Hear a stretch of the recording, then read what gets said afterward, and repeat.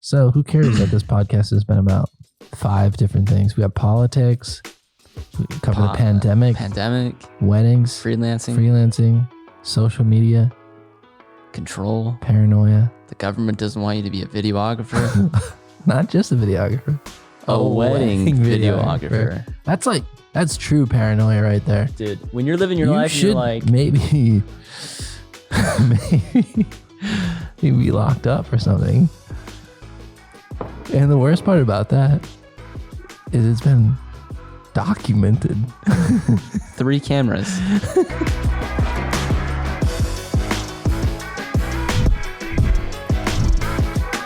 All right, welcome to another episode of Moving the Mountain, a creative leadership podcast. This week we have Mason Pimental. How's it going? On the podcast.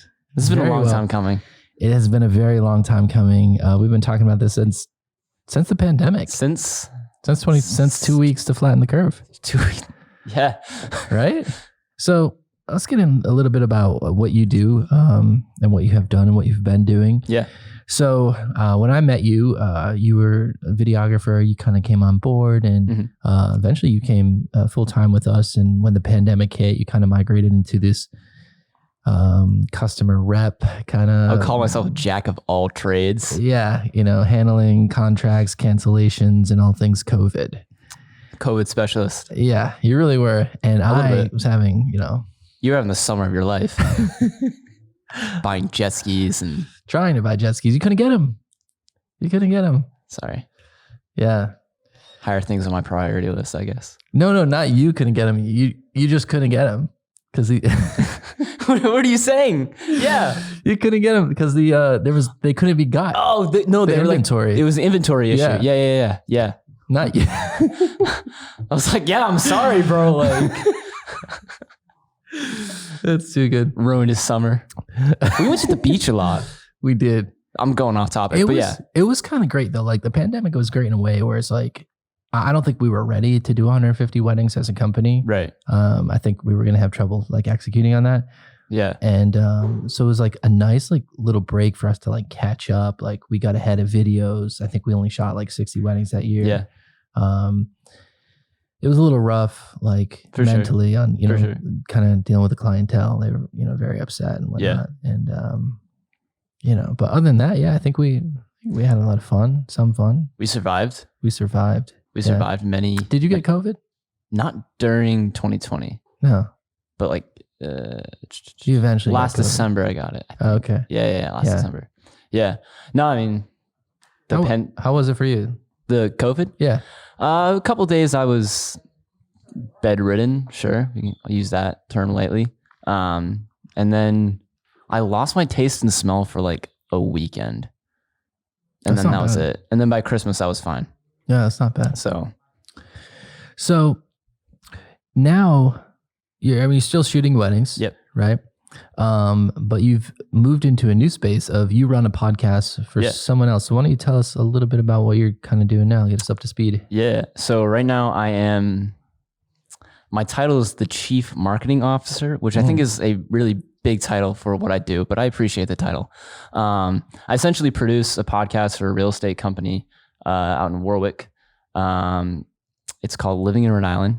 Nice. So That's it's like, name. Yeah, it's a great name. Great name. Rhode Island's like underrated. Well, exactly, right? So it's very much like lifestyle based content on small businesses, restaurants. There is a real estate angle to the show because, the hosts are real estate agents. Mm-hmm. Yeah, it's been a great time. I've been there since January. And it's, definitely not a space of work I expected to get involved in or anticipated. But now that I'm there and I am, essentially creating their media department from scratch with, like the Minecraft tools they've given me. Right. It's been, I don't know. I feel like I go in these cycles every like few years where I start like relearning things. It's almost like the idea of like when you start something and you make a mistake and you go back and you can kind of like do it faster. Right. the second time. They say like when you're starting over, you're not starting over, you're starting over from experience. From experience. Exactly. Yeah. Exactly. So, I've noticed not only growth within the podcast and the YouTube channel, but yeah, just a lot of growth in like how I prepare, and not even just like logistical prepares, but how I like physically and mentally prepare for, a day of work, a bigger project, a month in advance, 2 months in advance. Yeah, there's one thing that we passed over. I know you're doing the podcast now, but I forgot to mention that you're actually like a filmmaker, that you write scripts. That's kind of when I first met you. That's like your main thing. Yeah, it's like what it's you the want to passion. be doing. Yeah, so why don't we get into that like a little bit? Like, what is it like, as a freelancer, as a creative, even like kind of coming up?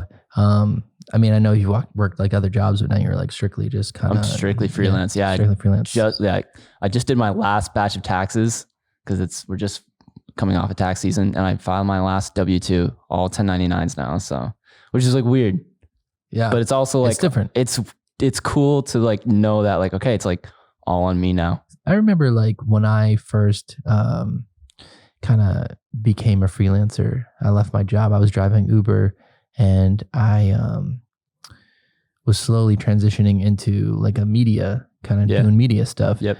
And I remember I was working with a few companies doing freelance wedding videography, and I pulled the trigger on my own apartment, Yeah. And then like when I moved in, I was like, oh my God, I gotta pay rent. how am I going to cover this every month? Right.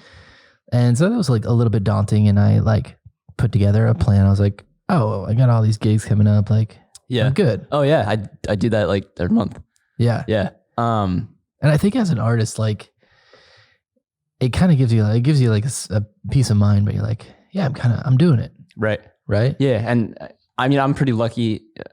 I'm in a position where my two sources of income are freelance based. Right. Mm-hmm. Funny enough, like 4 months ago, before I'd started the podcast, I had no idea what I was doing. Going into 2022, like a lot of plans had changed. And I was like, okay.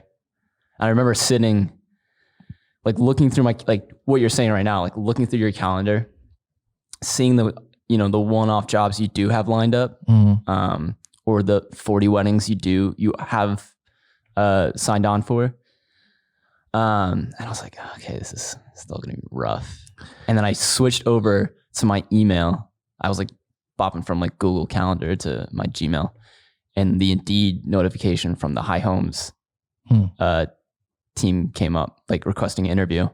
So it's just like little like stuff's working out, like little moments like that, where I don't know, I notice if I'm doing like sometimes when I'm doing the work, as opposed to thinking and planning, I'm like, okay, how do I come up with more work? Stuff pops up way more than when you're just kind of sitting down and like trying to figure out how to come up with work. Right. So, and that's just it. As a freelancer, like you have to come up with your work. You either have to go out there and you got to hustle for it. You got to talk to people and get your name out there. And like I'm going to the Boston Film Festival this weekend, and I'm like, like blinders on. We're rubbing elbows. Yeah. Yeah. You got to like network. Yeah. I was a little bit of a shy kid too. So it's like, I didn't really like, I wasn't kind of networking the way I should have been, but it does, it like forces you outside of your comfort zone. For sure. Survival. For sure. And there's so many different avenues of networking. Like networking looks totally different now than it did 10 years ago. Right. You know what I mean? It's not solely about showing up to an event and, putting your best face on and shaking every hand and handing out business cards. It's like, you have to have like presence and personality and like the internet and, Discord. Do you do that? Do you like keep up with like social media and Instagram and TikTok and all that? Not as I see you like sharing a story here and there, but I mean, I'm definitely not like a personality, but I do like everything I do, I share. But you are a personality. Am I? I am. No, yeah. Yeah. I mean, you're a big personality. So Sure, it's like, but not on social media. yeah, I wouldn't say as you much don't on put social. yourself out there. I think other people put you out Yeah. there. Oh, wait. Yeah. Like I wait. Well, during the pandemic, I tried to make a TikTok for you. Do you remember that? Yeah, you were like some burner account that you're starting. And I was getting like a lot of on my views on your behalf. videos. They're pretty funny. And I wake up every once in a while. I'm like, oh, there's my face on Move Mountain's Instagram account again. Great. No, but and I am thinking about this more like, okay, because it's true. It's like, you can't just, if you want to succeed as a freelancer, as a creative, it's not solely, on your follower count on TikTok and Instagram and whatever social media account you have, but it is a good asset. It helps a lot. But is that your long-term goal? Like, do you want to hone your craft, like in the wedding space, in the, like the podcast space and all that? Or are you more just like, those are means to an end? Because when we talked last year, and I kind of want to get into this too, like you were like, oh, moving to, first it was New York and then it became LA. Yeah. Like, what is the allure of like the New York and LA? How's the water, by the way? The water's great. It's a little gassy though. It's mineral. It's carbonated. The allure to New York or LA. Well, because a lot of people, younger people, they like want to go. They want to. I gotta get there. I gotta get to LA. Like, it's my calling. It's the big break. You know, it's like if I could just get out there, then I'm gonna be TikTok famous, or I'm gonna rub elbows with TikTok stars and you get famous, and it's all gonna be great. Yeah, I want to be there for the rest of my life. I'll blow up and I'll be making 10K for every post. Driving 5 Teslas. Is that like the allure? Is that what it is? Not for me. No, not for me. It's more.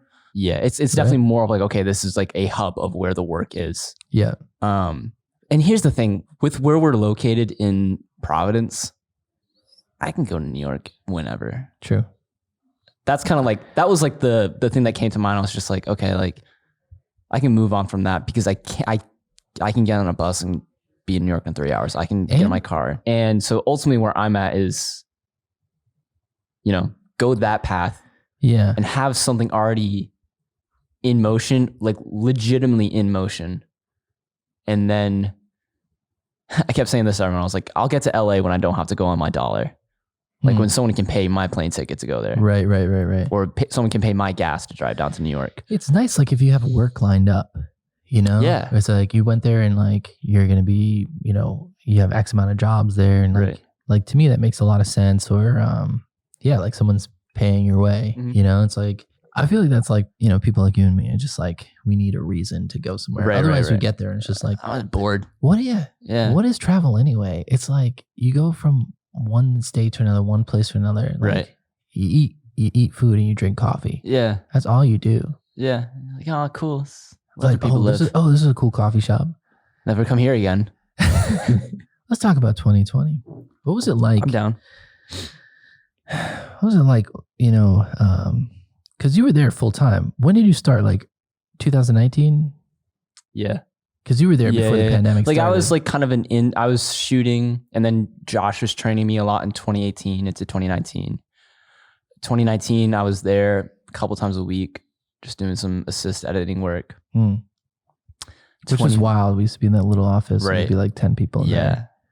Well, 10 people? I don't know about 10 It was people. like, regularly it was like 4 of us. It was like me, you, Bell. Josh every once in a while, Josh, T every once in a while. I was there assistant editing. And then I started full time probably in the fall. Yeah. And then the pandemic probably hit, I think. The pandemic March. hit. And it was like, I kind of remember it as like, all right, 2 weeks or whatever. And we started pushing out our March weddings. Right. Into April. Yeah. People were thinking like, all right. I remember there's one morning you were like, hey, so there's a bride. Give her a call because we have to reschedule her wedding. I was like, why? I was like, you're like, the pandemic. I'm like, I felt like I was going into like some post-apocalyptic movie that morning. Because then I got off of that call, and then another email came in from another couple. Right. So that was the day of reckoning. Because at that day on, I was talking to a bride every day about. Because I mean, I think we had 150 on the schedule for that year. Yeah. And at first it was like, okay, March moved into April, Mm-hmm. and then April moved into May. I felt like the biggest challenge for us is people were all contesting over the same dates, which really didn't matter because a lot of people ended up moving into 2021. Right. But it was like, how all these people are moving multiple times. How are we gonna fit them into? I mean, it's a 6 months, so it's like you have 25 weekends, you know, and we have 150 clients, right? And they all want to move, and they all want the same dates. They all want September 22nd. Yeah, and it's like, how are we gonna make this happen? And then the new contracts and just logistically, then the elopements and the elopements, the new bookings. Yeah, actually picked up some commercial work too. We did. Yeah, we did. A couple clients. We had Billy in. Billy. Billy, yeah. Oh yeah. I thought you were talking about a brand. I was like, Billy the brand, Billy brand. It did help us in a lot of ways. Like I said, like I don't think we were that prepared for the volume that we were doing. Sure. But it made us, I think, stronger as a company too, because we made, I think, just contractually better processes. Because I think we had a pretty light contract. Yeah. And then we went from like a 2-page contract to like a 30-page contract. Well, every father of the bride was a lawyer who wanted to talk to us about our contract. Yeah. And we're like, and so I remember there's one, you're like, okay, this guy's actually kind of making sense. But yeah. Sometimes it is helpful. It is helpful. Like, it's good to get like the client, feedback. You know what I mean? They are the client. And yeah, we probably have you probably want to have an attitude as a freelancer, as a business owner, to be very protective of your contract and like your guidelines, but having some input to make the whole process smoother. Yeah, from the client. And and that's always been, from working in the studio and to just shooting, like that's always been kind of something we've talked about, like client experience. Right. Yeah. How is this serving the client? You know what I mean? Yeah. I mean, I've always been really big on the client experience as far as like the product. And I think the shooters, you guys have been like really great on the client experience, like the day of.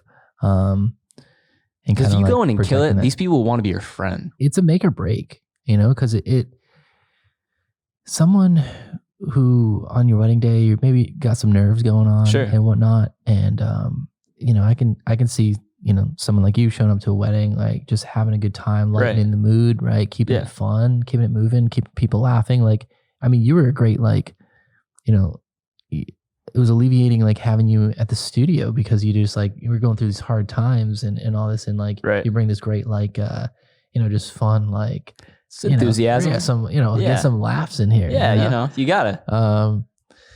So yeah, I think that's so important. And it makes our job so much easier on the back end and as a shooter, going into a shoot, going into a timeline call with not like a leisurely attitude, but like, how's it going?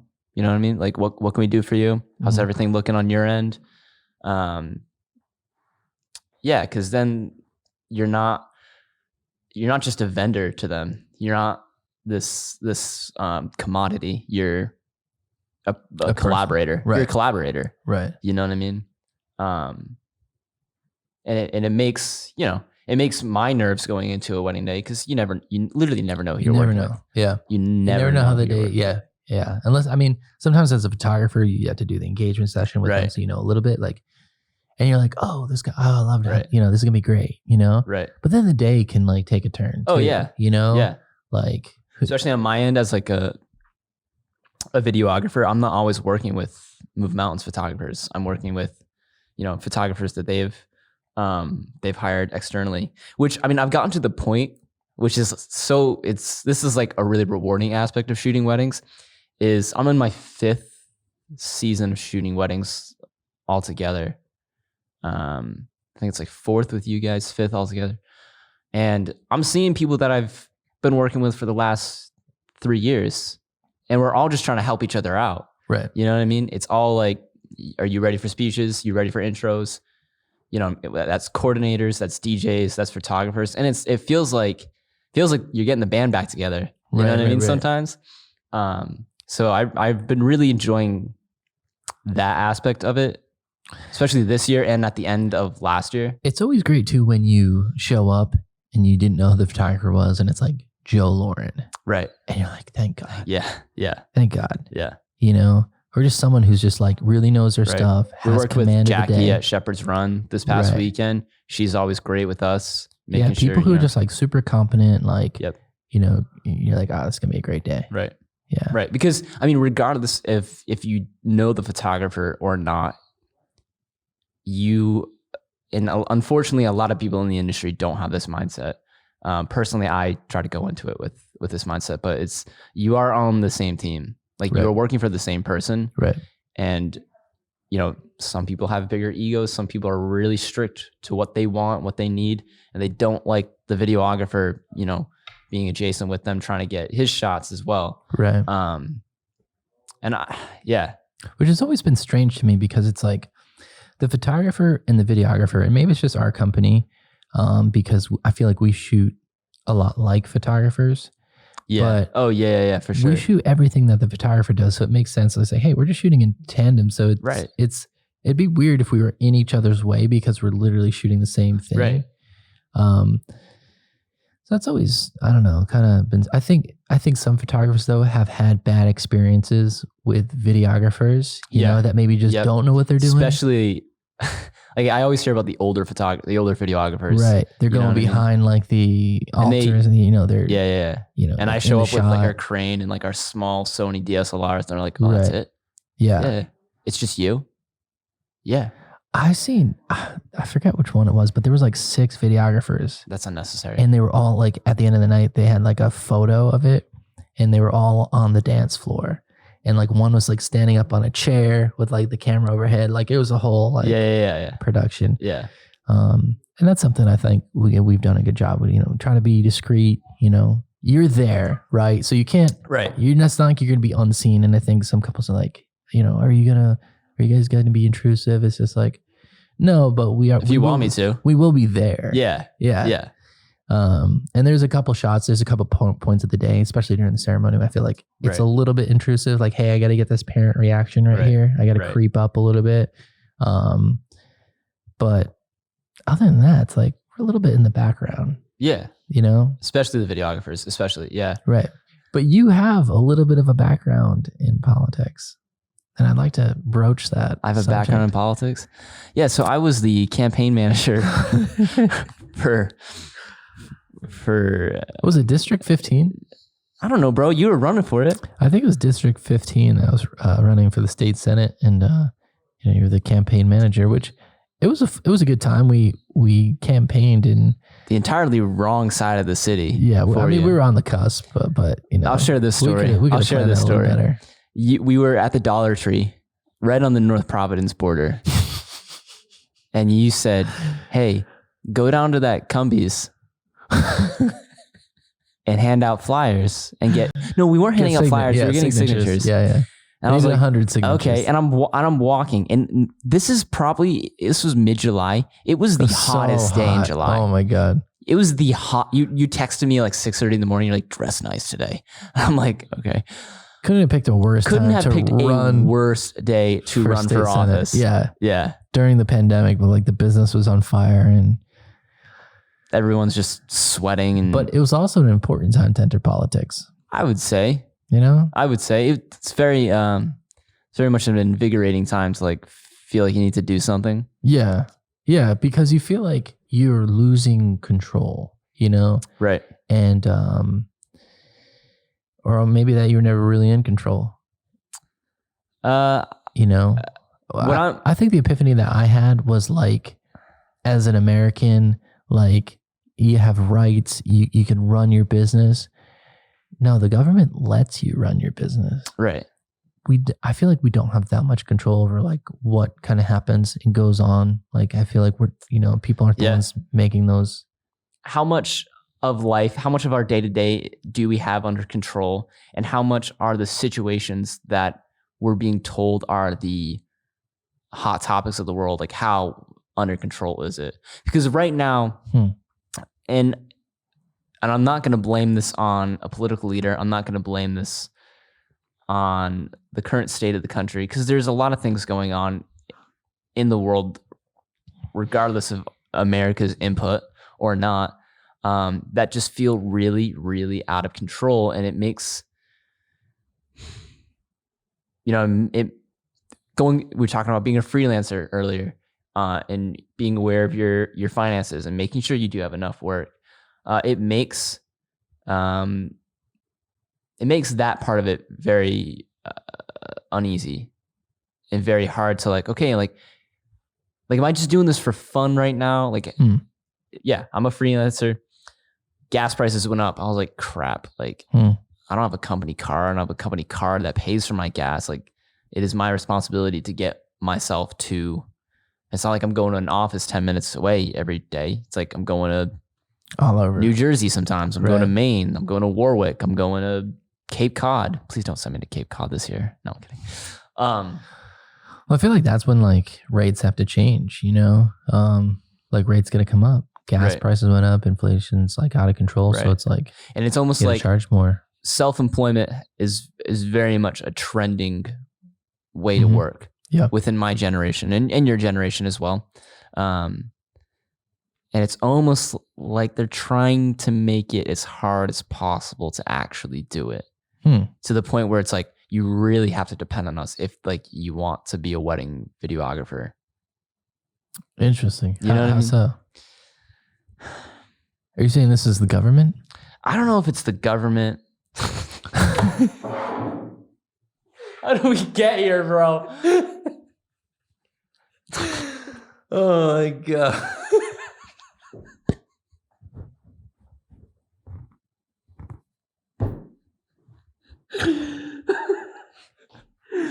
It's like a conspiracy. This is the worst podcast you've. The government doesn't want you to be a wedding. I don't know. Does the government want me to be a freelancer? Uncle Joe, what do you want, bro? That was good though. That was good. Let me regain my thoughts. Saying the government doesn't want you to be a freelancer? No, I don't. Not just a freelancer, a wedding videographer. That's a good turn there. I just have a sense of things have been handled better in the past, and I'm glad I'm seeing the light of that. In terms of, I don't even want to go in terms of people can make their own assumptions about what I'm talking about.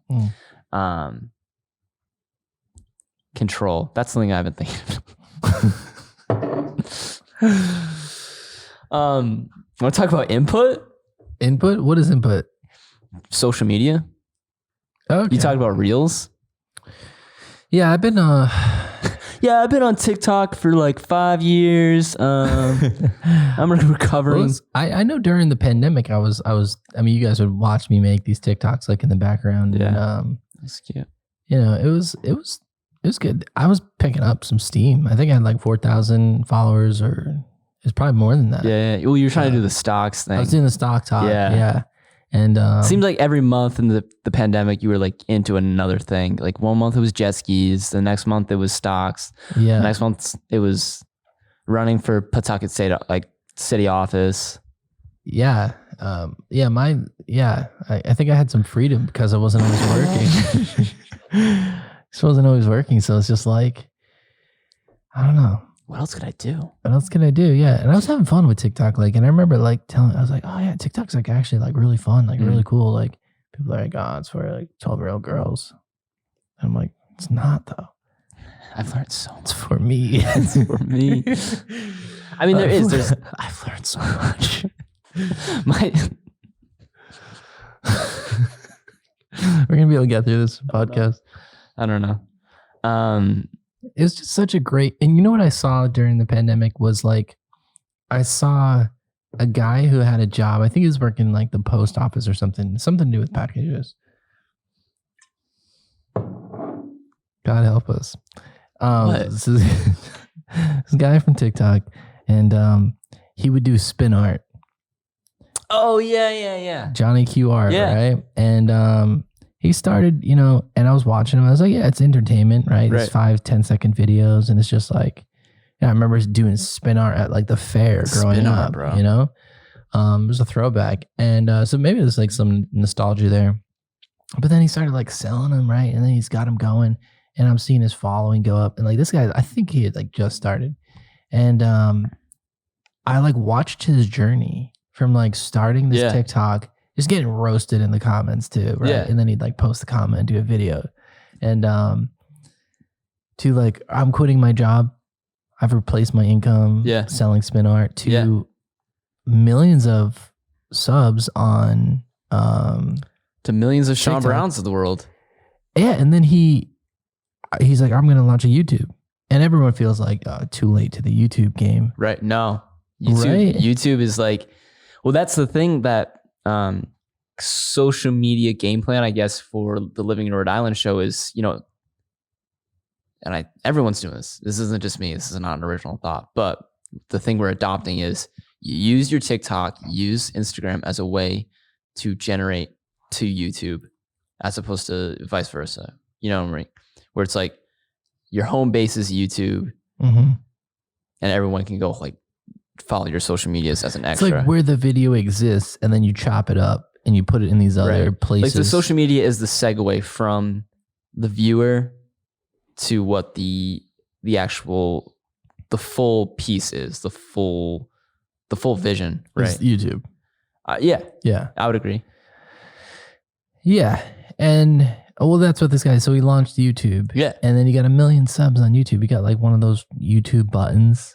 The gold plaques? Yeah. Dude, I'd kill to have a gold plaque. Right. That was a dream when I was 12. Fire. Yeah. Yeah. Can we order one? Just to have, like, it doesn't have to have anything. We could do like a knockoff on like Alibaba. But like, that is one of our goals. We want to move into we want to be an authority on weddings and move into the wedding space. So maybe we should cater this podcast a little bit more towards weddings. But, this isn't beta. This is beta future. This is beta future. We're all over the place. Everyone's got ADHD. Come on. Yeah. So who cares that this podcast has been about 5 different things? We have politics, we cover the pandemic, weddings, freelancing, social media, control, paranoia. The government doesn't want you to be a videographer. Not just a videographer. A wedding videographer. That's true paranoia right there. Dude, when you're living your life, you're like, maybe you'd be locked up or something. And the worst part about that is it's been documented. 3 cameras have me saying that, trying to pull something out of my ass. This makes sense. I know what I'm talking about. That was crazy. So, why don't you tell me a little bit like how you got into weddings and what do you enjoy about them? How I got into weddings. I was interning for this company in high school. I was just doing all their, marketing, YouTube, social media, videos, graphics. And they had a gentleman come and do some workshops with us. Was that Chad? Chad Bowditch. Yeah. Met Chad. He kind of took me under his wing for the end of 2017, 2018 season. Well, he was shooting with Frame and Anchor at the time. Mm-hmm. Oh yeah, that's right. Martin. He was their second. Yeah. So they threw me on some of their gigs. Chad was just starting his brand. So shout out to Frame and Anchor. They're quality films. They're quality. Yeah, they've been great. They taught me, the fundamentals of how I started, and I knew how to shoot a wedding very loosely. I knew how to shoot a wedding. Right. What it looks like. So what's kind of been like, obviously I think we have a little bit of a different process. What are some of the kind of differences that you experience going from one company to another? Those guys were always freelancers. They were always just themselves. Mm-hmm. Whereas going into something like Move Mountains, this is, a company. We have 4 or 5 different shooters that were trying to maintain the same look for each wedding. You know what I mean? Right. It's not like Joe Lauren showing up, just doing Joe Lauren. Right. It's Josh, Mason, T, Sean, now, Zach, Steph, Brady. people like that. Yeah, Brady coming in, all trying to maintain the same vision. So that was, and obviously when I came to you guys, we were at a different level. Yeah, very different spot. Yeah. So just making the jump to like something that was always already pretty concrete for where we were at, trying to, get on track with that, understand it, understand the processes, understand the new gear. Every shooter's like, everyone uses new gear or different gear. You know what I mean? Yeah. How to, use that. I mean, even little things like how we carry ourselves are different than maybe how Frame and Anchor would carry themselves or Chad Bowditch back in the day. So, fitting into the brand or the mold was the biggest jump, I guess. I think that is like kind of, I don't know if it's pain point, but it's like, we were in like a very different spot when you started with us to where we are now. And I think if we grafted someone in now, it's just like they're starting now. So it's like, but I think sometimes when people kind of come in and join the team and then there are changes, sometimes it's hard to adapt to those changes, right? Especially a growing company where there's so many changes, you know? But what do you feel like are some of the pain points like of a wedding day for a videographer? For me personally, this is going to sound funny, but too much time. Too much time where... Is that because you work well under pressure? Not under pressure, but I think that when there is... It's not too much time like, oh, cool, I have a half hour to kill. It's too much unorganized time where no one really knows what's going on and you're kind of just standing around trying to, come up with something. You've just shot the drone. You're waiting for intros. No one really knows when exactly intros are happening. You're trying to find this person to get that shot. I find myself the most frustrated, and Tiana can attest to this because I've pissed her off a couple times in this situation, but I get really antsy for some reason when there is like too much time. Or there isn't much of like a direction as like, okay, like what's going on next? Or you're waiting on something to do the next step. That's my personal pain point. With like a wedding, where, I mean, if you get like 30 minutes, if I know if these 30 minutes are blocked off before I need to even start setting up for ceremony, I know what I'm going to do in that 30 minutes. I can plan for it. But when it's like unexpected, and there's a lot of like uncertainty as to like what the couple wants, what the venue is doing, that's when it's like, that's when I'm annoyed. That's when I'm annoyed. Yeah, I think I feel like I don't really experience that. Whenever there is a lull at a wedding, I'm kind of very just like grateful for like, I like to have all my ducks in a row. Right. So I'm very much like, all right, once I know I've done everything that I should do and there's downtime, I'm like, all right, good. Like I need like some beef jerky or like a snack. Yeah. My energy. Who's like, going to Cumbies? Yeah. Or if we're going somewhere and we can stop off for some fast food, there's time in the timeline. That's pretty great. Right. How about you? What's your pain point for a wedding? Pain point for a wedding is not enough time for prep. I like to get into a wedding day where it's like I show up, I'm super early. I can scope out the hotel, find out what it looks like, where should I shoot the dress. I can take all this extra time, like setting up details, be creative, talk to the bride, let her know what's going on. And just be like, all right, here's what I'm going to do. I'll walk her through like my process. Arian, I'm going to go shoot the dress and I'm going to shoot these details. And, when's your hair and makeup going to be done? All right, I'm going to come back in a half hour then. And, we'll do some shots with you in the dress and I'll walk her through that. Right. And I feel like the brides appreciate that. They love it. Oh yeah. They love it. They're like, it puts them at ease because then they have like the next 4 steps in their brain. Plus that, and then it's also like when you are gone for like an hour, they're not like, where the heck is the videographer or the photographer? You know what I mean? Like they know like, oh, they're late. Yeah. They know exactly where I am, what I'm doing. Yeah. And I feel like that really puts them at ease. So it's like having enough time to do prep is like, I feel like crucial, and I can really take my time. It's when I like an hour and a half. That's kind of my Hour and a half is yeah. sweet time. Yeah. If you have an hour or worse, a half hour, oh, You're at 15 minutes. Never had 15 minutes. I'd be stressed though. Dude, and then like I feel like that Josh sets and I the had tone. 15 minutes once. Really? It was lit. Really? It was lit. You liked it? No, I didn't like it, but the adrenaline that it gives you. Yeah. It's like, well, you work under pressure. I do work under pressure very well. Yeah. I've always been like that. Yeah. Yeah. Is that like an adrenaline junkie? You would call me an adrenaline junkie, but that might be. I guess it's me. Yeah. I don't know. I've never really thought about that too much, but I've had people say that to me. And I don't think it's like a good thing though. It's hard to say like what's good and what's not. It's like you don't want to spend too much time thinking about it. Right. Just go with it. Own it. If it works. Right. Right. But I also feel like sometimes working under pressure, that can be a case of you maybe not taking care of something. Like poor planning or something like that. Yeah. Poor preparation. I can see that. And you're like, oh, now I got to like figure this out in 20 minutes. Like that whole 15-minute bridal prep, that wasn't either Josh or I's fault. It was the bride just showing up late. So that happens. Yeah. And I like to remain. No offense to that bride, but my biggest, like I very much care about the work. Yeah. So it's like, I want the work to be great. I want I want to be able to be like, I feel really good about this. Right. And so there are things like that kind of come up in the day where it's just like, either the client is very adamant about a choice, and the light's just not good for that at that point.